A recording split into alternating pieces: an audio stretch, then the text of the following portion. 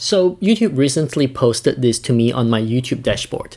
And yes, I didn't know I have been posting long form videos on YouTube for 5 years. But to be honest, it feels really demotivating to be reminded of that. So thank you, YouTube. Because after 5 years, I don't feel like I achieved what I wanted to achieve on YouTube. I want to share something very important with you if you plan to start a YouTube channel or if you are still on this journey. Now, this video isn't about me complaining about the lack of progress or trying to discourage you from starting a YouTube channel. I thought I should make that clear first. So if you plan to take this journey called YouTube, I highly suggest you to have an open mind just for the next couple of minutes and listen to what I am about to share with you from my experience in my last 5 years. Because you never know, maybe you might find gaps or a hole I stepped in that you should avoid. The first one I want to share the most is YouTube will do whatever it takes to make you feel bad about yourself. What I mean by that is when you start YouTube, you will start to research your competitors, right? So you will go around looking up channels that are similar to you. That in return teaches YouTube about your habits, what you're interested in, what your search history looks like, and YouTube will try its best to shove down more of those content to your home feed. And then once that happens, you'll start to see all these channels that you reckon are not producing top-notch videos as good as you, but they gain traction and you don't. YouTube helps in personalization, recommending channels to you before you even know it.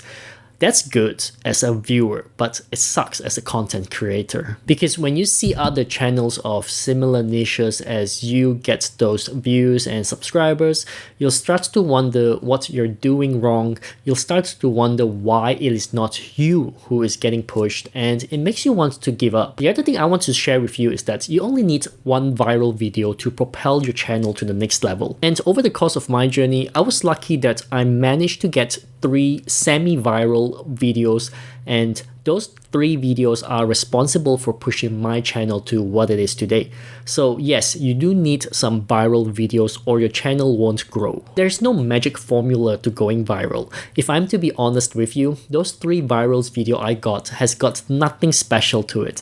And I know many channels would say you just need to double down on those viral videos, but I'm quite certain that isn't how it works. So here's the thing I want to say about viral videos. You will start to see a lot of videos on YouTube that go viral easily, but there are a lot of things happening behind the scenes that you don't know of. Let's face it, content creators and influencers, they aren't exactly the most honest people on this planet.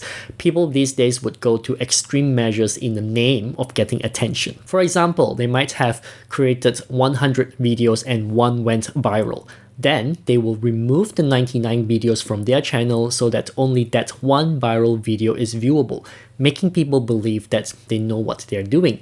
It is sort of like bragging in a way. Or even like myself, I have a video that has over 500,000 views. I can easily trick you as well and claim that I know what I'm doing so that you sign up to my course, for example. So the whole wanting to go viral concept is quite toxic, but unavoidable due to the nature of the game. You need viral videos to grow your channel, so you focus a lot on it and get stressed out when you don't get it. And then you forgot the reason why you started a channel in the first place. The only way to escape this is really be very certain about what you're trying to achieve. So do put some thought into it. And the main culprit or the decision maker to your videos going viral is really the YouTube algorithm. The YouTube algorithm has a lot of mood swings, but it is unfortunately the one who decides if your channel is going to make it or break it. Over my last 5 years, I reckon I have about 1 or 1.5 years of getting pushed, and that's great. But also, it makes my channel very dependent on the algorithm, and that's not good. And there's actually no indication on why it behaves the way it does too.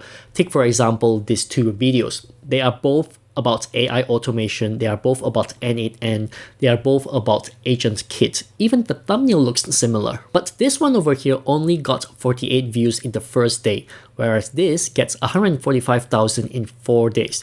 To do a better comparison, this channel here got over 68,000 views in the first day. You can of course argue that this one here gets more because he has more subscribers and is the bigger channel, which is a valid point. But my biggest issue here is favoritism. What I mean by that is bigger channels always get priority over smaller ones. I deliberately chose these two channels for comparison because of their topic, title, and thumbnail are very similar.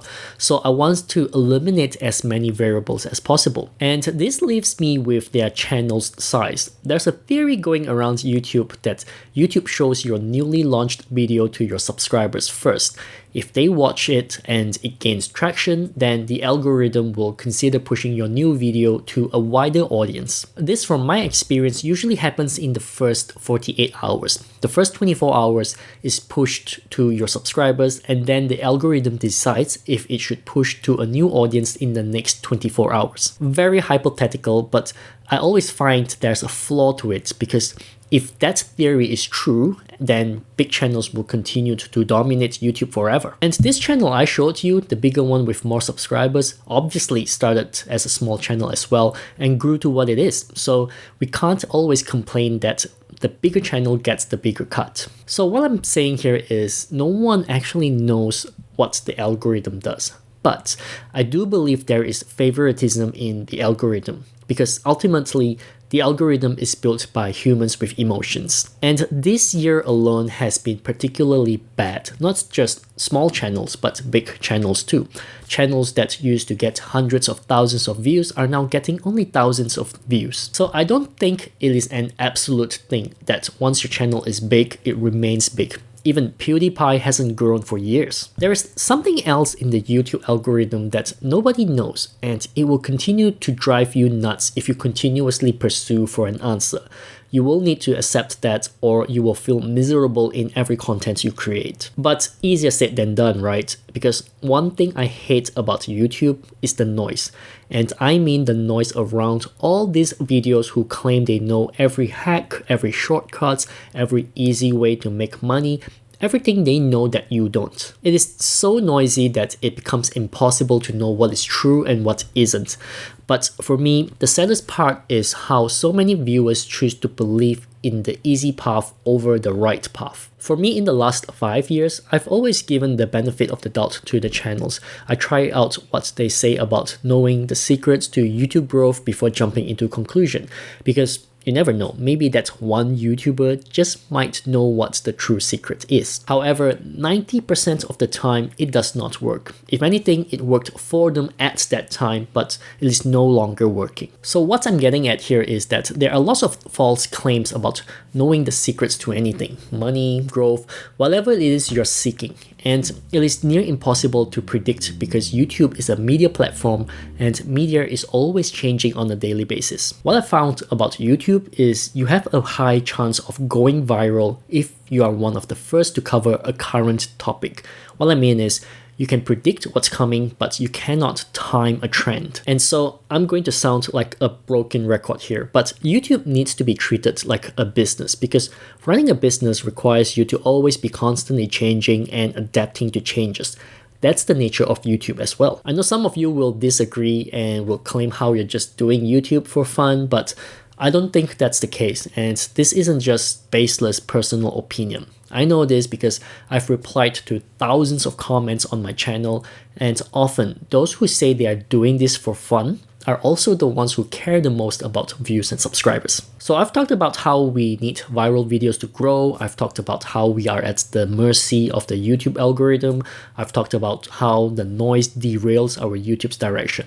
The next point I want to bring up is how dependent we are on YouTube as a platform. If you're not getting much views right now, I have one possible reason, and that is YouTube right now is in a fierce competition with TikTok. That means YouTube is favoring shorts over long-form videos. So what this means for content creators is that you have to create YouTube shorts no matter how much you hate it. If you don't, you run the risk of not getting pushed by YouTube. In other words, you are not riding the wave and you will get punished for it. A lot of viewers ask what's happened to my channel lately as it is going down, and I can confidently say one of the reasons is because I'm still not embracing YouTube Shorts. If you remember a few years back when Shorts first came out, everyone was creating a Shorts channel and gained millions of views.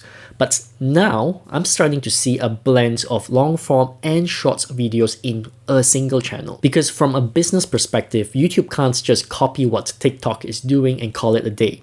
YouTube needs to leverage their strong advantage, which is long form videos, and mix it in with shorts so that YouTube has a unique advantage. So for YouTubers, this becomes more work, more effort, and more time. Creating a long form video is already tiring enough, but to add shorts on top of that, that's why you're seeing so many AI services trying to repurpose your long form video for you. So what I'm getting here is, if you don't agree with YouTube's new direction, you can leave because YouTube doesn't care if you disagree with them. You're either on board or you're not. I do not believe YouTube protects many channels like how they always say. They probably protect the top 5%, those who are the faces of YouTube.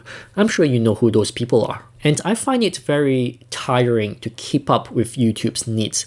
Well, if their next focus is on live streaming, does that mean I have to jump on that bandwagon or risk getting punished? And finally, consistency. I mean, that's the buzzword to use for YouTube success, right? I've been consistent for 5 years. I've burnt out several times, but I come back time and time again. What I can say is, yes, you need to be consistently posting, but if you're consistently posting content that nobody is interested in or not what YouTube deems as trending, then you're not consistently building your channel. You're consistently wasting your time. How do I know? Because I've done it. I consistently post things that I like and enjoy, thinking that YouTube is going to do the marketing for me. And guess what? In some way, they did push 3 of my videos. But what happens to the rest of them? I proved I have what it takes, but why aren't my other videos getting the same treatment? So anyways, if you have watched this video up till this point, I thank you for your time. If not, you probably already left a comment to say how whiny I am. But if you're still here, then I have some advice for you that you can implement now. Start thinking about repurposing your content on other social media platforms. Do not rely 100% on YouTube. I'm definitely giving up on relying on YouTube to build my business. I've already begun laying the works to diversify. A few platforms to keep in mind are TikTok, Instagram, and Facebook. Start thinking about repurposing your content there.